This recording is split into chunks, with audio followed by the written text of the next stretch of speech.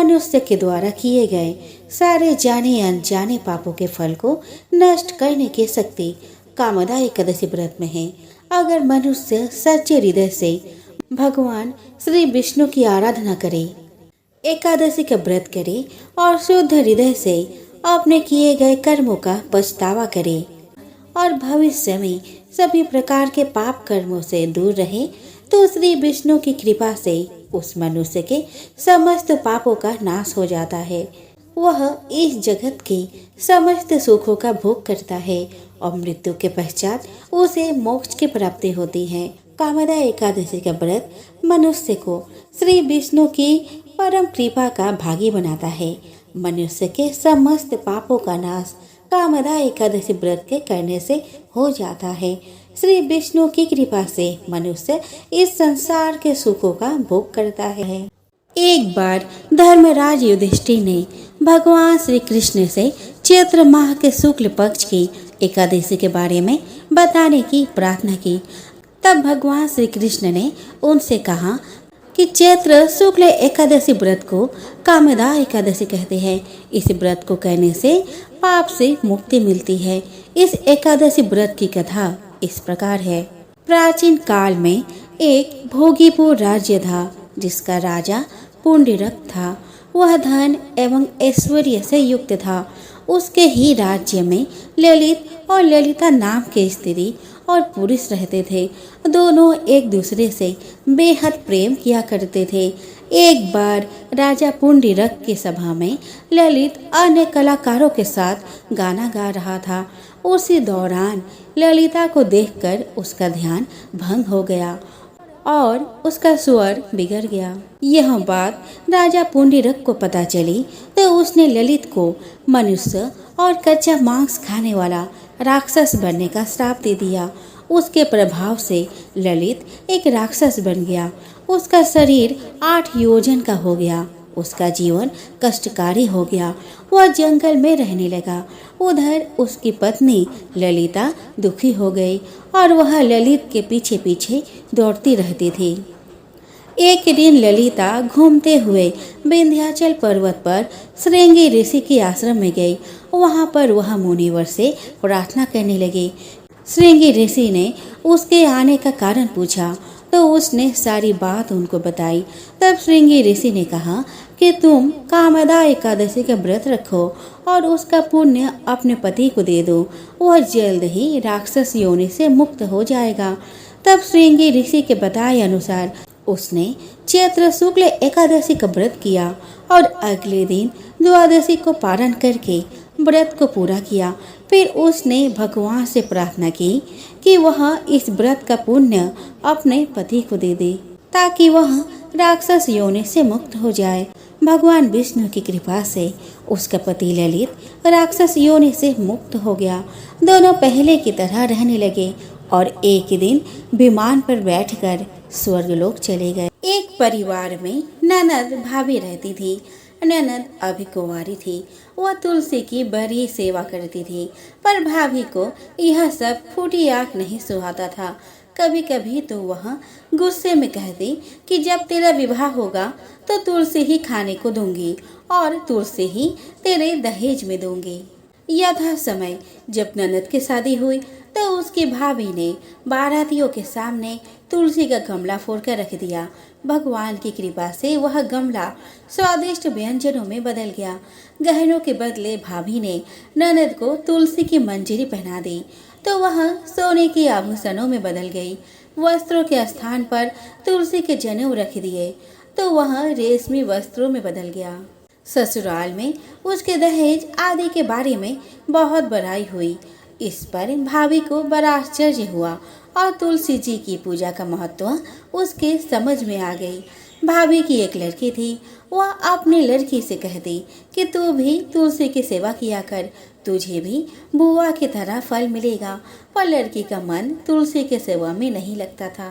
लड़के के विवाह का समय आया तो भाभी ने सोचा जैसा व्यवहार मैंने अपने ननद से किया उसी के कारण उसे इतनी इज्जत मिली, क्यों न मैं अपनी लड़की के साथ भी वैसा ही व्यवहार करूं।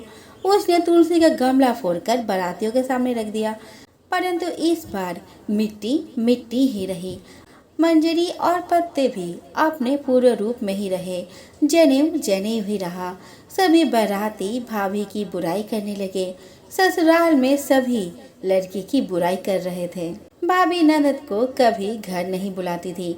भाई ने सोचा कि मैं ही बहन से मिलाऊं। उसने अपनी इच्छा पत्नी को बताई और सौगात ले जाने के लिए कुछ मांगा। भाभी ने थैले में ज्वार भरकर कहा, और तो कुछ नहीं है, यही ले जाओ। वह दुखी मन से चल दिया। भला बहन के घर कोई जुआर लेके जाता है। बहन के नगर के समीप पहुंचकर उसने एक गौशाला में गाय के सामने जुआर का थैला उलट दिया। तब ग्वाला ने कहा कि ए भाई, सोना मोती गाय के आगे क्यों डाल रहे हो। भाई ने उसको सारी बात बता दी तथा सोने मोती लेकर प्रसन्न मन से बहन के घर गया। बहन बड़ी प्रसन्न हुई। समुद्र मंथन में अद्भुत शक्तियां वाली 5 प्रकार की गाय निकली। नंदा, सुभद्रा, सुरभि, सुशीला और बहुला। इन गायों को कामधेनु कहा गया। मंथन से निकले विष को महादेव ने पीकर देवों और असुरों दोनों को संकट से बचाया। इसलिए महादेव को प्रसन्न करने के लिए देवों और असुरों ने सहमति से शिव जी को कामधेनु गायों का अधिकार सौंपा, जिसे महादेव ने ऋषियों को दान कर दी। महर्षि जमदग्नि को नंदा, भरद्वाज को सुभद्रा, वशिष्ठ को सुरभि, असित को सुशीला और गौतम ऋषि को बहुला गाय दिया। इन ऋषियों ने अपने आश्रम में गायों का चमत्कार देखा तो विस्मित रह गए। परशुराम के पिता ऋषि जमदग्नि ने तो नंदा को अपनी माता का दर्जा दिया। देवों को विस्मय हुआ। उन्होंने ऋषि से कहा कि अगर यह आपकी माता है तो समस्त देवों को अपने गोद में स्थान देकर दिखाए। नंदा ने अपने पूरे शरीर में सभी देवों को समाहित कर लिया। देवताओं ने तत्क्षण उन्हें अपनी माता मान लिया। उनके शरीर में स्थान मांगा और गुणगान करने लगे। लक्ष्मी जी तक बात पहुंची तो उन्होंने भी नंदा से अपने लायक स्थान मांगा। नंदा ने कहा, ऐसा कोई भी स्थान नहीं बचा जहाँ पर हे भगवती मैं आपको प्रतिष्ठित कर सकूं। सभी देवों ने कोई न कोई स्थान ग्रहण कर लिया है। अब मात्र गोबर ही शेष है, किंतु आपको मैं वहाँ कैसे स्थान दूं? लक्ष्मी जी उनकी सरलता पर खुश हो गई। उन्होंने गोबर को ही अपना अंग स्वीकार किया। इसीलिए पूजा में सबसे पहले गोबर गणेश की पूजा होती है। गोबर को ऐश्वर्यदायक माना जाता है। गर्भ गीता की शुरुआत में अर्जुन भगवान से यही प्रश्न पूछते हैं कि आत्मा का पुनः पुनः जन्म क्यों होता है। इस जन्म में उसके क्या कर्तव्य होते हैं। किन पाप कर्मों के कारण यह जीवन में अनेक दुखों को पाता है और किन कर्मों के कारण वह जीवन में अनेक सुखों की प्राप्ति करता है और अंत में वह कौन सा मार्ग है जिसके द्वारा वह मोक्ष और मुक्ति को प्राप्त करता है, अर्थात वह आत्मा कब भगवान में ही लीन हो जाती है और उस आत्मा का जन्म मरण का सारा दुख समाप्त हो जाता है। परंतु जिसे मुक्ति नहीं मिलती उन्हें अलग अलग योनियों में जन्म लेकर अपने अच्छे और बुरे कर्म को भोगना पड़ता है। अर्जुन कहते हैं, हे भगवान कृपया बताएं कि जीव जब गर्भ में आता है तो वह किस पूर्व कर्म के कारण आता है।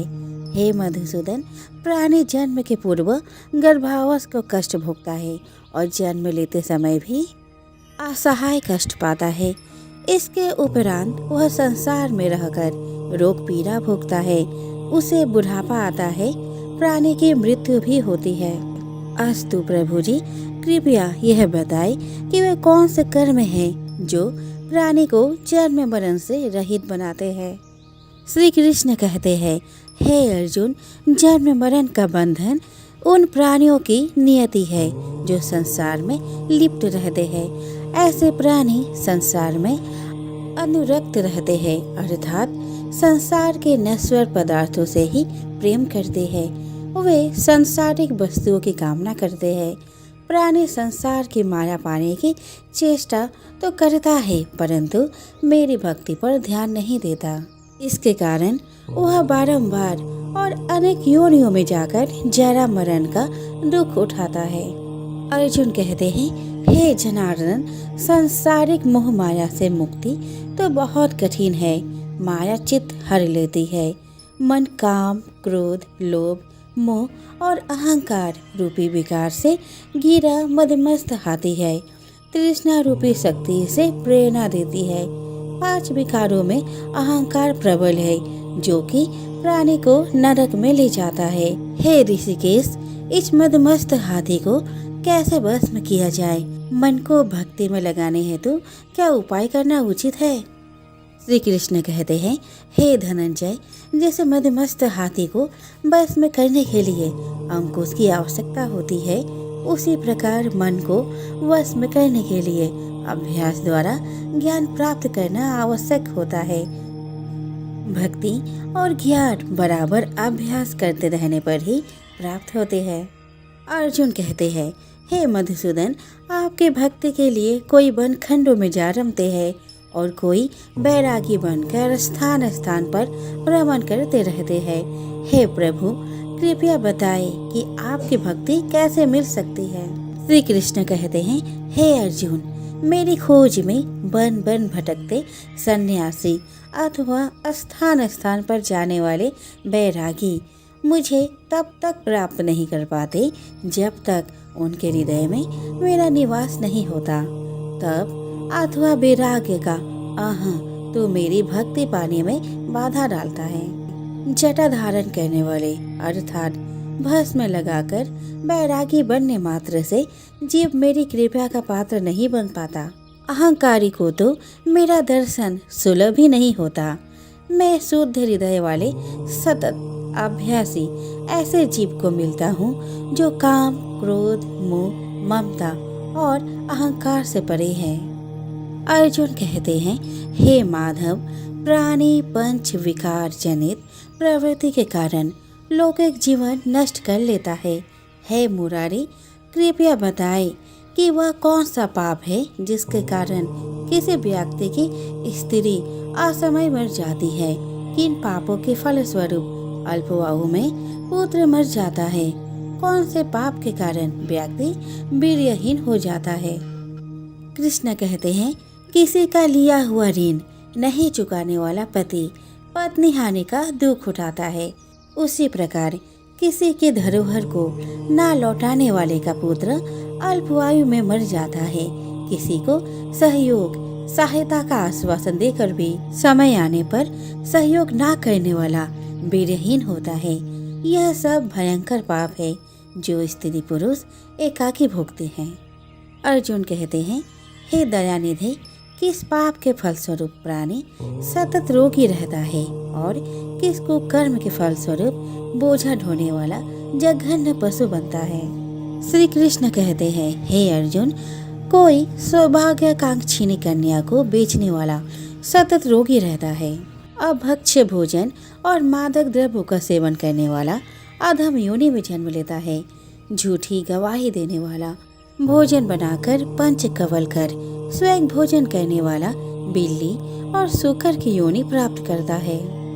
अर्जुन कहते हैं, हे प्रभु, इस संसार में जिनको आपने धन धान्य दिया है और उत्तम साधन दिए हैं, तो उनका पुण्य क्या था?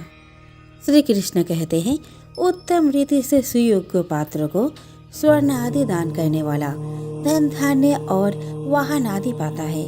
सत्य सनातन वैदिक रीति से सुयोग्य वर को विधि पूर्वक कन्या दान करने वाला उत्तम मानव योनि का अधिकारी बनाता है। अर्जुन कहते हैं, हे प्रभु, संसार में कोई तो सर्वांग सुंदर है और कोई कुरूप। सो श्रेष्ठ स्वास्थ्य और स्वरूपवान शरीर किन पुण्यों से मिलता है? श्री कृष्ण कहते हैं, हे कौन्तेय, पुरुष का रूप स्वरूप नहीं गुण महत्वपूर्ण है। फिर भी आकर्षक देह संत विद्वानों की सेवा एवं निरंतर ज्ञान की आकांक्षा के फलस्वरूप मिलती है। अर्जुन कहते हैं, हे दयानिधि, प्राण, धन और सांसारिक सुखों से मोह क्यों रखता है? श्री कृष्ण कहते हैं, हे महाबाहु, अगर मेरी कृपा से प्राणी वंचित हो जाए तो धन दौलत और सांसारिक रूप आदि से प्रीति करने लगता है। यह सब नाशवान है। विवेकी साधक को इससे दूर रहना चाहिए। जो व्यक्ति सांसारिक मोह से मुक्त हो काशी, हरिद्वार, अवंतिका, अयोध्या आदि पवित्र स्थलों के दर्शन और मेरी निष्काम भक्ति करता है, वह राजा जैसी संपन्नता और ज्ञान प्राप्त करता है। इसी प्रकार विनम्र भाव से दान करने वाला, कामना रहित होकर दूसरों की सेवा करने वाला सदा अपनी आवश्यकता अनुसार धन पाता है। उसकी काया निरोगी रहती है। अर्जुन कहते हैं, हे प्रभु, प्राणी में रक्त विकार, खंड, वायु, अंधा अथवा पंगुता का कारण क्या है? बताने की कृपा करे। श्री कृष्ण कहते हैं, हे धनंजय, मेरी भक्ति से परे माया लिप्त, नशे व्यसनों में रत रहने वाला, क्रोधी, रक्त विकार, आलस्य से डूबे, दरिद्र, शील संयम रहित, खंड वायु जैसे रोग से ग्रस्त होते हैं, पतिव्रत धर्म का उल्लंघन करने वाली स्त्री और संयम रहित पति में पंगुता, ज्योतिहीनता आती है। अर्जुन कहते हैं, हे जगत गुरु, कृपया करके गुरु दीक्षा के विषय में कुछ बताए। श्री कृष्ण कहते हैं, हे कौंतेय, तुम धन्य हो और धन्य है तुम्हारी माता। तुम्हारा ये प्रश्न संसार के लिए कल्याणकारी है। हे पार्थ, संयमी और इंद्रियों को वश में करने वाला कोई सिद्ध पुरुष जो इस भक्ति और परोपकार में लगा हो, गुरु रूप में धारण करे। अपने गुरु के मार्गदर्शन में मेरी आराधना कर व्यक्ति गुरु कृपा से मेरी भक्ति पाता है। ऐसे गुरु से विमुख प्राणी सप्तग्राम को मारने का पाप भोगता है। उसका मुख देखना भी पाप है। जैसे मदिरा भांड से सटा गंगा जल अशुद्ध हो जाता है, उसी प्रकार गुरुद्रोही गृहस्थ साधक की साधना निष्फल रहती है। ऐसे व्यक्ति कुकर, सूकर, काक आदि योनियों को पाता है। वह अजगर के समान आलस्य में डूबा तिरस्कार पाता है। अतः गुरु आज्ञा पालक, साधनशील, व्यसन रहित जीवन व्यतीत करना चाहिए। हे धनंजय, गुरु दीक्षा बिना साधक का उद्धार नहीं होता है। मेरी भक्ति की इच्छा करने वाले को गुरु धारण करना उत्तम है। जैसे नदियों में गंगा, व्रतों में एकादशी और जीवों में मनुष्य तन श्रेष्ठ है, उसी प्रकार साधक की सिद्धियों में गुरु कृपा श्रेष्ठ है। गुरु सेवा का फल असम्यक यज्ञ से भी अधिक फलदायी है।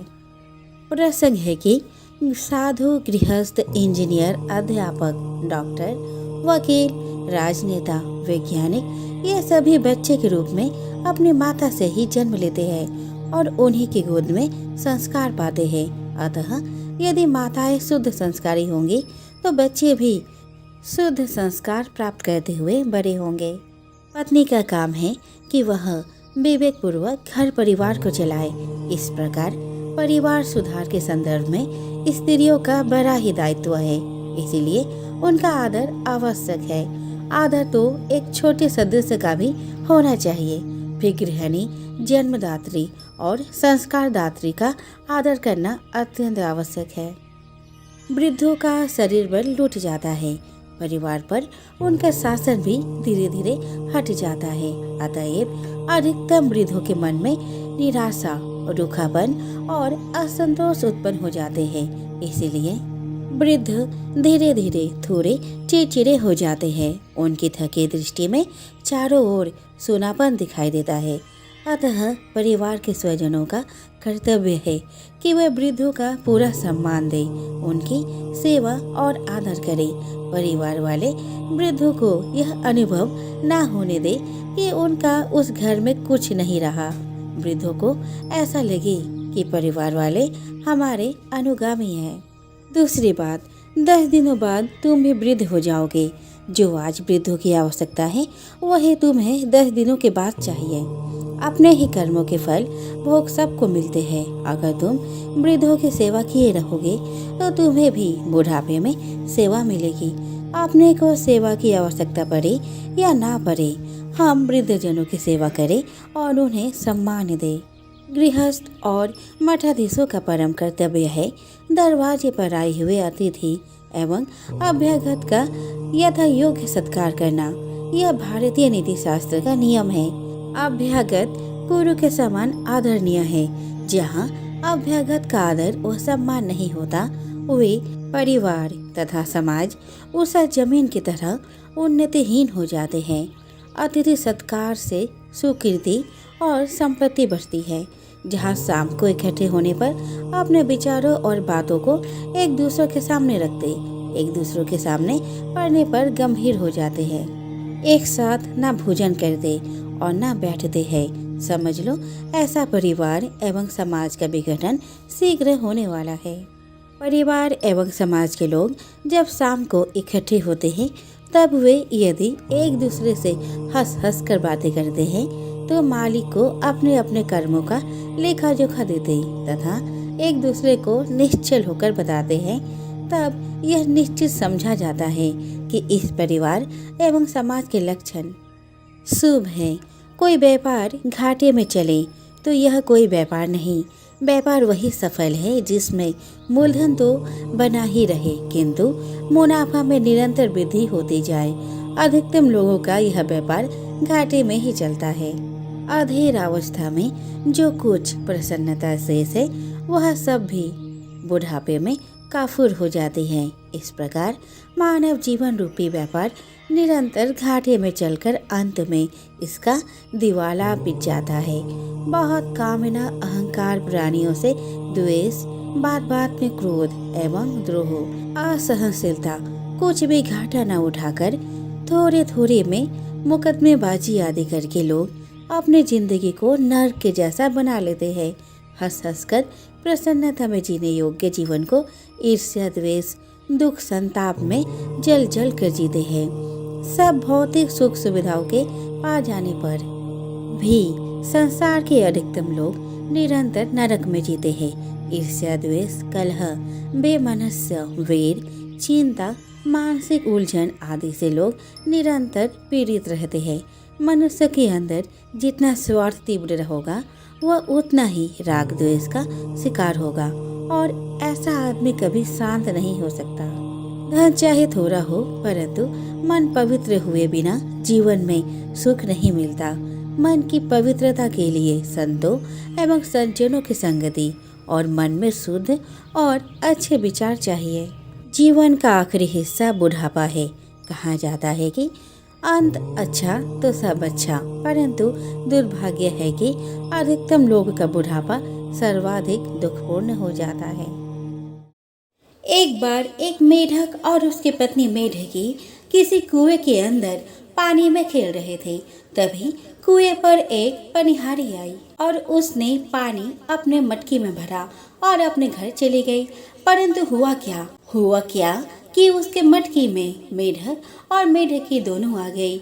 अब मेढकी का स्वभाव क्या था कि वह हमेशा गणेश जी की पूजा करती रहती थी, हमेशा बोलती रहती थी, जय गणेश जय गणेश जय गणेश देवा, माता जाकी पार्वती पिता महादेवा। लेकिन इसके इस स्वभाव से मेढक को बड़ा गुस्सा आता था। वो हमेशा कहता था कि हमेशा उस सुर वाले का नाम लेती रहती हो, कभी मेरा नाम तो लेती नहीं।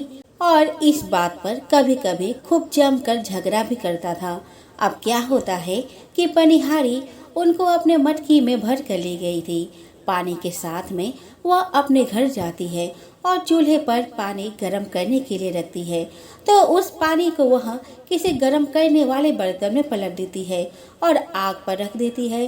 अब जैसे ही आग की तपन बढ़ती है तो मेढक अपनी पत्नी मेढकी से कहता है कि मेढकी, मैं तो जल रहा हूँ नीचे से। तो वह कहती है, अच्छा, मैं तो नहीं जल रही। और वह मेढकी गणेश जी का नाम लेना शुरू कर देती है। क्या बोलती है, जय गणेश जय गणेश जय गणेश देवा, माता जाकी पार्वती पिता महादेवा। मेढक थोड़ी देर इंतजार करके फिर बोलता है, मेढकी, मैं तो जल रहा हूँ। तो मेढके कहती है, मैं तो नहीं जल रही, चलो आप ऐसा करो कि मेरे जगह पर आप आ जाओ, मैं आपकी जगह पर आ जाती हूँ। तो मेढक कहता है ठीक है। मेढकी फिर गाना गाना शुरू कर देती है। जय गणेश जय गणेश जय गणेश देवा, माता जाकी पार्वती पिता महादेवा। मेढक फिर कहता है, अरे मेढकी मैं तो फिर जलने लग गया। तो मेढकी कहती है, पता नहीं तुम्हारे साथ में क्या होता है, तुम बार बार जलने लगते हो। ऐसा करो कि तुम भी गणेश जी का नाम लेना शुरू कर दो, क्योंकि मेरे नीचे तो बिल्कुल भी आग नहीं चल रही है। तो वह कहता है, मैं तो नहीं लेता हूँ सूर वाले का नाम, तू ही ले उसका नाम, मैं तो नहीं लूँगा। तो वह कहती है ठीक है, तुम्हारी मर्जी। वह दोबारा गाना गाना शुरू कर देती है। जय गणेश जय गणेश जय गणेश देवा, माता जाकी पार्वती पिता महादेवा। मेढक को ऐसा एहसास होता है कि गणेश जी की आरती बोलने से मेढकी को तो कोई आग का असर नहीं हो रहा, लेकिन मैं तो जल रहा हूँ। तो क्या करता है, मेढक भी शुरू कर देता है गणेश जी का नाम लेना। तो दोनों के दोनों मटके के अंदर क्या बोलते हैं, गणेश जी की आरती बोलना शुरू कर देते हैं। गणेश जय गणेश देवा, माता जाकी पार्वती पिता महादेवा। और यह सारी कहानी गणेश जी कहीं पर बैठे आराम से सुन रहे होते हैं। तो गणेश जी को उन पर तरस आ गया और क्या करते हैं, गणेश जी बछड़े का रूप धारण करके आते हैं और उस बर्तन में लात मार देते हैं, जिससे कि क्या होता है कि सारा पानी गिर जाता है। मेढक और मेढकी दोनों के दोनों बाहर आ जाते हैं और कुएं में कूद जाते हैं। अब क्या हुआ, मेढक और मेढकी दोनों बच गए, जलने से बच गए।